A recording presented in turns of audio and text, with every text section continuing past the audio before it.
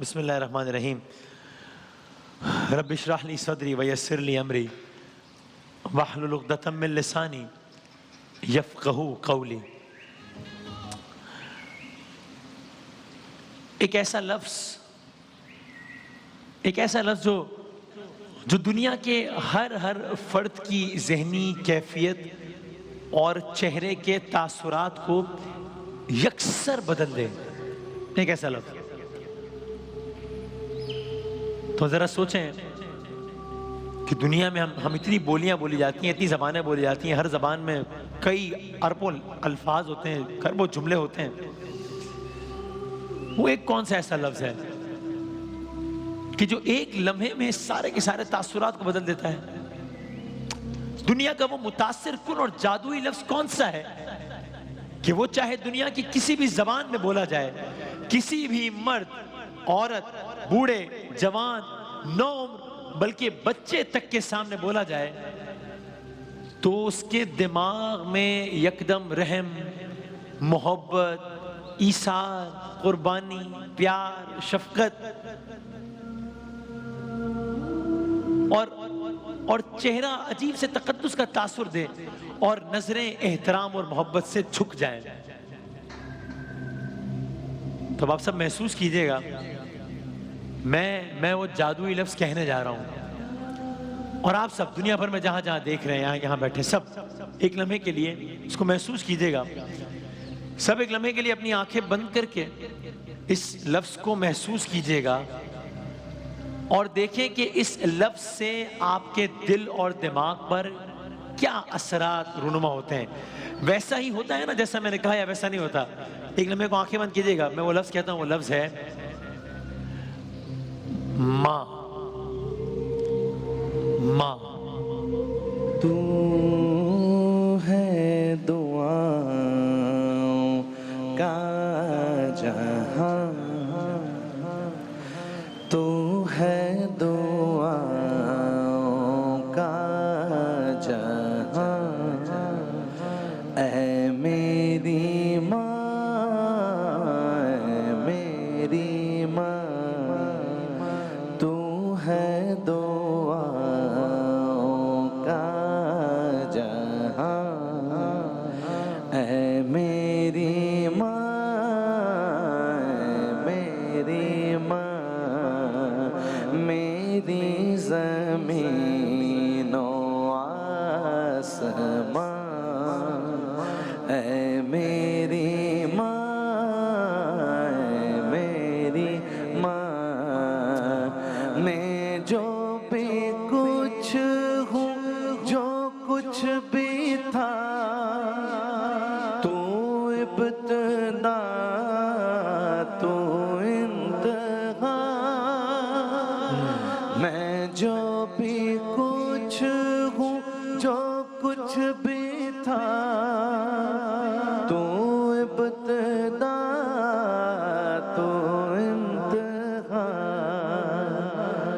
میرا ہے سارے جسم و جان، اے میری ماں، اے میری ماں، میرا ہے سارے جسم و جان، اے میری ماں، اے میری ماں۔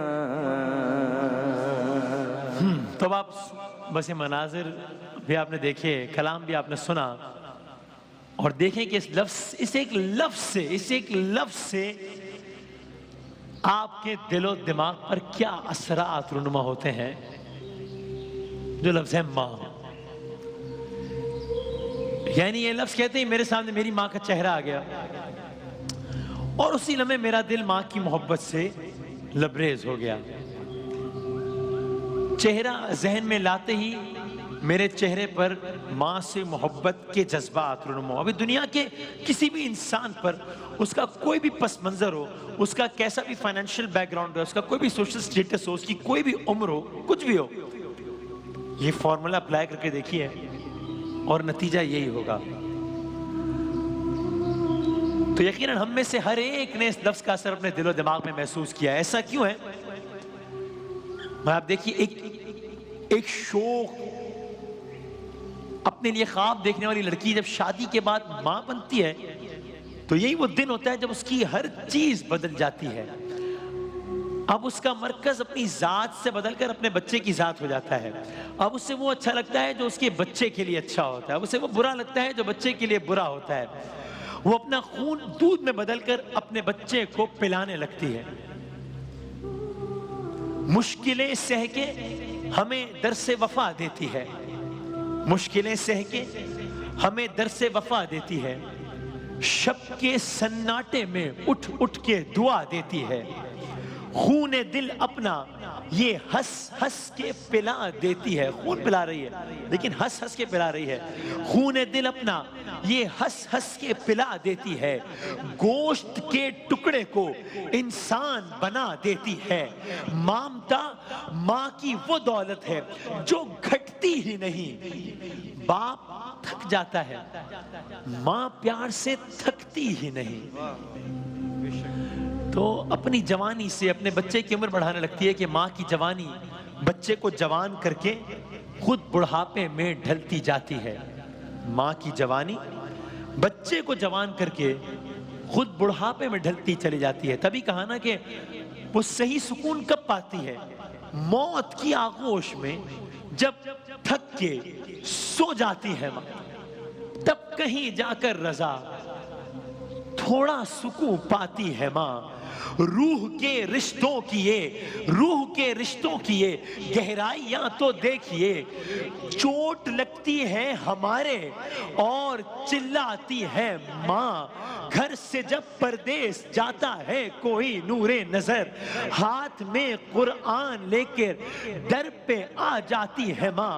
جانے کتنی برف سی راتوں میں ایسا بھی ہوا, بچہ تو چھاتی پہ ہے گیلے پہ سو جاتی ہے ماں. تو مامتا کیا چیز ہے اور پیار کہتے ہیں کسے؟ مامتا کیا چیز ہے؟ اور موسم میں اس میں آپ ایک دو اشعار وہی پڑھ دیجئے گا اگر پڑھ سکیں تو. قاری محسن صاحب اگر ہمت ہو تو جو آپ نے بھی پیش کیے تھے کہ پھولوں کی ہے مہکار,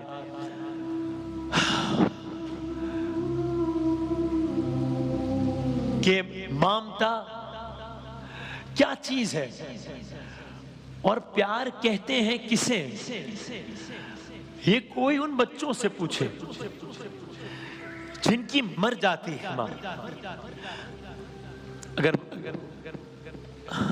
پھولوں کی ہے مہکار مگر تیری کوئی ہے. قسمت نے کیا دولت ممتا سے محروم. قسمت نے کیا دولت ممتا سے محروم. دولت کا ہے انبار مگر تیری کمی ہے. دولت کا ہے انبار مگر تیری کمی ہے. قسمت نے کیا دولت ممتا سے محروم. دولت کا ہے انبار مگر تیری کمی ہے. دولت کا ہے انبار مگر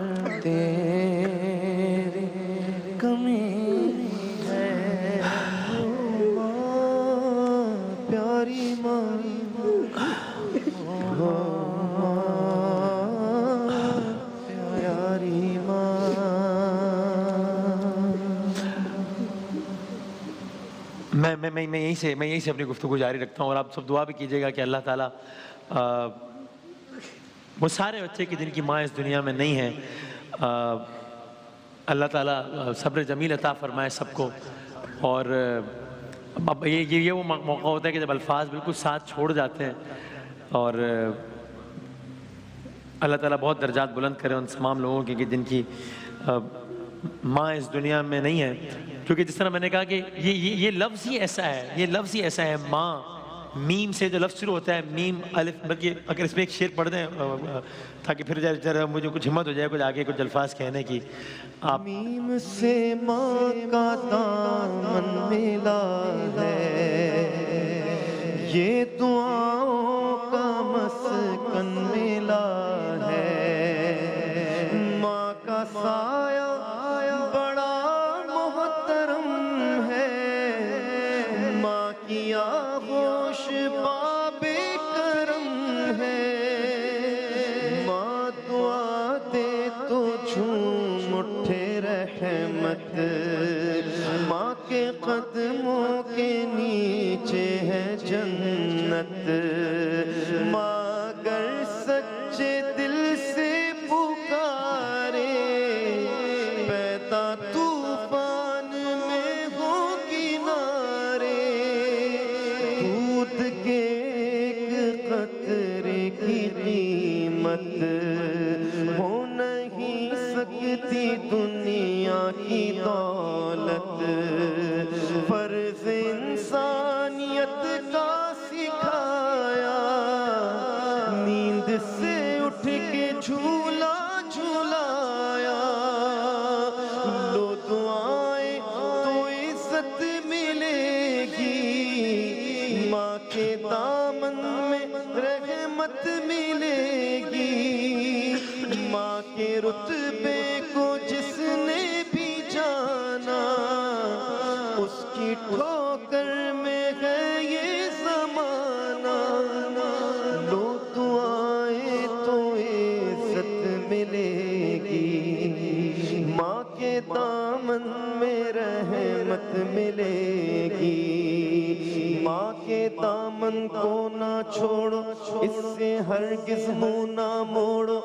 بات سمجھنے کی ہے سمجھو، پاکیزہ رشتہ ہے مین. اللہ ہی اللہ. تو بس یہ وہ رشتہ ہے کہ مطلب حد تو یہ ہے کہ اگر دکھ دینے والا خود اس کا اپنا بچہ ہی کیوں نہ ہو. ابھی اسی فلور پر، یہ میں کوئی داستان نہیں بتا رہا، یہ میں کوئی ڈائلاگز نہیں پڑھ رہا، یہ میں کوئی لفاظی نہیں کر رہا. اسی سیٹ پر شان رمضان کی آج سے 4 روز پہلے کی بات ہے کہ 2 بیٹیاں آئیں، ان کے ساتھ ایک ماں تھی ان کی. انہوں نے بتایا کہ ہمارا بھائی گھر آتا ہے، ہمیں گالیاں دیتا ہے، ہمیں مارتا پیٹتا ہے، نشہ کرتا ہے، پیسے چھین کے لے جاتا ہے، تو ہم غصے ماں کو مارتا ہے، ماں کو برا بھلا کہتا ہے. اسی سیٹ پر تو میں نے کہا پھر کیا ہوتا ہے؟ کہتا ہے کبھی کبھی وہ بہنیں بتاتی ہیں کبھی کبھی ہمارے منہ سے بھائی کے خلاف کچھ نکل جاتا ہے تو ماں کہتی ہے نہیں بولو، دیکھو بیٹا ہے نا، نہیں بولو، اس کو نہ بولو. ایسا نہ ہو تمہارے منہ سے کچھ ایسا نکل جائے کہ اللہ اس سے ناراض ہو جائے اور اس کی وہاں سختیاں بڑھ جائیں. یہ رشتہ ہے ماں. یہ میں آپ کو ابھی کی مثال بتا رہا ہوں 2021 کی. تو اپنا سینہ چھننی کروا جاتی ہے لیکن زبان سے کچھ نہیں بولتی. سرکار دو عالم صلی اللہ علیہ وآلہ وسلم کہ جن پر ہمارے ماں باپ قربان، فداک ابی و امی یا رسول اللہ. تو آپ یہ سنیے، یہ عجیب و غریب واقعہ سنیے کہ جب اسی نافرمان کو، یعنی ایک نافرمان اولاد ہے اور اس کی نافرمانی کی وجہ سے جب اسی نافرمان کو اللہ سزا دیتا ہے اور اس کی روح نہیں نکلتی سزا کے طور پر، اور جب یہ معاملہ میرے آقا صلی اللہ علیہ وآلہ وسلم کے پاس جاتا ہے، آپ اس ماں کو طلب کرتے ہیں. سرکار دو عالم کے سامنے اس ماں کے صبر کا پیمانہ چھلک جاتا ہے. وہ اس کی ماں اس سے ناراض ہوتی ہے، اس کی روح قبض نہیں ہو رہی ہوتی. سرکار کی بارگاہ میں آتا ہے مقدمہ، سرکار طلب کرتے ہیں، ماں کا پیمانہ صبر چھلک جاتا ہے. بلک بلک کر